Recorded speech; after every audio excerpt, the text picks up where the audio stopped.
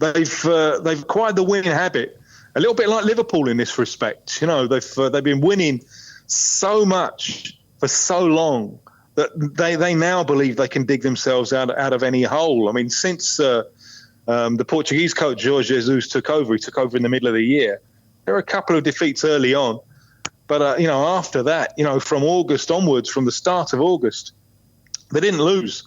There's only one defeat, which was the last league game of the season, where they'd already won the league by almost 20 points. That's the only time they've been beaten. So they've just acquired this winning habit, as have Liverpool, and that's one of the things that makes this such an intriguing final. And in terms of Flamengo, is it a case of a club, because the finances in the Brazilian game not all too brilliant, but Flamengo do seem to sort of buck the mould in that respect and do seem to have a bit of money that they've obviously invested into the squad?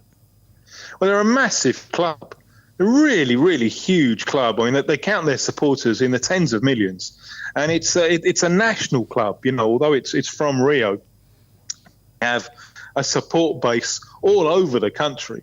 In recent years, they've been able to monetize that a little bit, so that there is money behind them. They've assembled a good squad, a deep squad. And they've really cleaned up domestically. They've won everything that they can. It's been an absolutely magical year for them, and this really is the cherry on top. If they can beat Liverpool on Saturday, it really will round off an absolute magical year. The only worry is if it all goes horribly wrong and they get humiliated.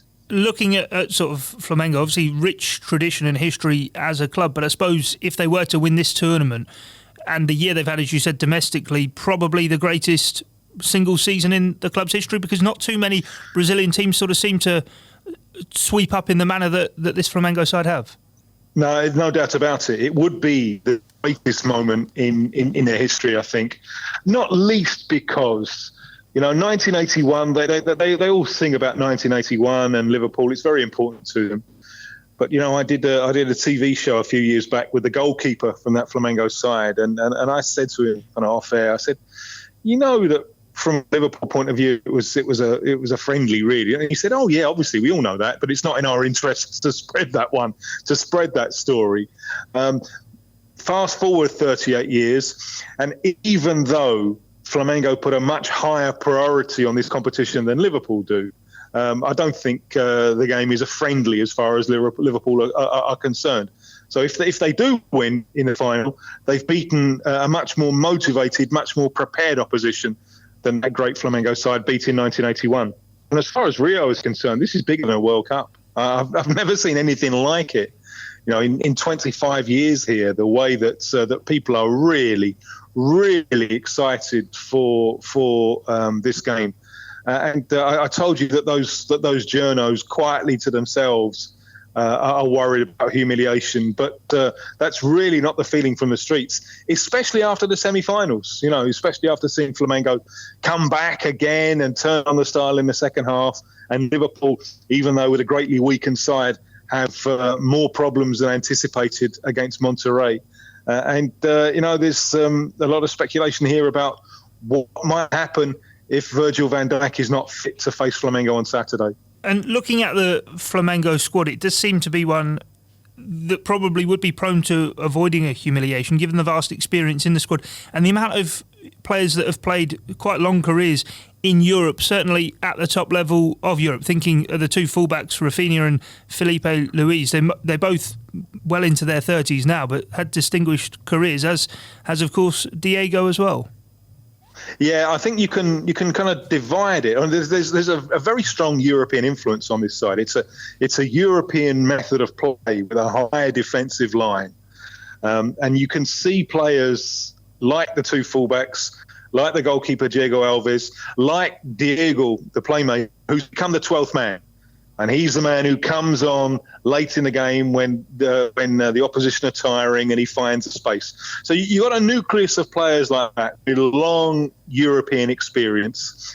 And then you've got some players, younger players, who've been to Europe but didn't really come off. Doesn't necessarily mean they're bad players at all. You've got the two up front, Gabriel Barbosa, and for me, the real danger man, who is Bruno Henrique. You've got the central midfielder Gerson. You've even got the Pablo Mari, the Spaniard, who's done so well since he's come over. So that you can really see a European influence. But you mentioned there the chance of humiliation, and if that were to happen, you've got to factor in this high line that play. And there is a risk with a high line. And look at the way that Liverpool defended, with that improvised defence against Monterrey. That high line is all over the place at times. And that's the worry for Flamengo as well, with the high defensive line that they play. And River Plate were able to cause them some problems. For the first 25 minutes, Al Hilal caused them all kinds of problems. And even in this long winning run that Flamengo have had, they haven't come up against anything like the speed, intensity and quality that Liverpool can put up against them, the likes of Salah, Mane and Firmino. So that for me is the key question. Can Flamengo defend against Liverpool? Will they keep their high line, or will they drop deeper? If they drop deeper, they lose some of their essence as an attacking force. So that for me is the key question. Can Flamengo defend against Liverpool? It's not often we see the European coaches going to Brazil, but he has, I suppose, worth noting on the role he's played. He has had a remarkable influence, given he's only been in the job little over 6 months. Yeah, certainly. I mean, there's considerable resistance to the idea of foreign coaches in Brazil, and the domestic coaching fraternity really liked it and really would have preferred him to fail. But what he's done, it's on such a different level from everything else. It's going to be interesting to see how the rest of Brazilian football responds to it. And we've seen and Flamengo's biggest competitor, Palmeiras, after they lost home and away to Flamengo this season in the league, and straight after those defeats, they sacked their coaches both times, both former national team coaches, because they looked at what Flamengo were doing, and the difference was so vast that they became deeply unsatisfied with the way that their own coaches were setting up the side. So it really has shaken up Brazilian football. And if Flamengo were to lose heavily, that it would be a big downer, because as this is a new force, this is a new way of playing. There's a real hope that finally South America has a side that can rival the best that Europe has to offer.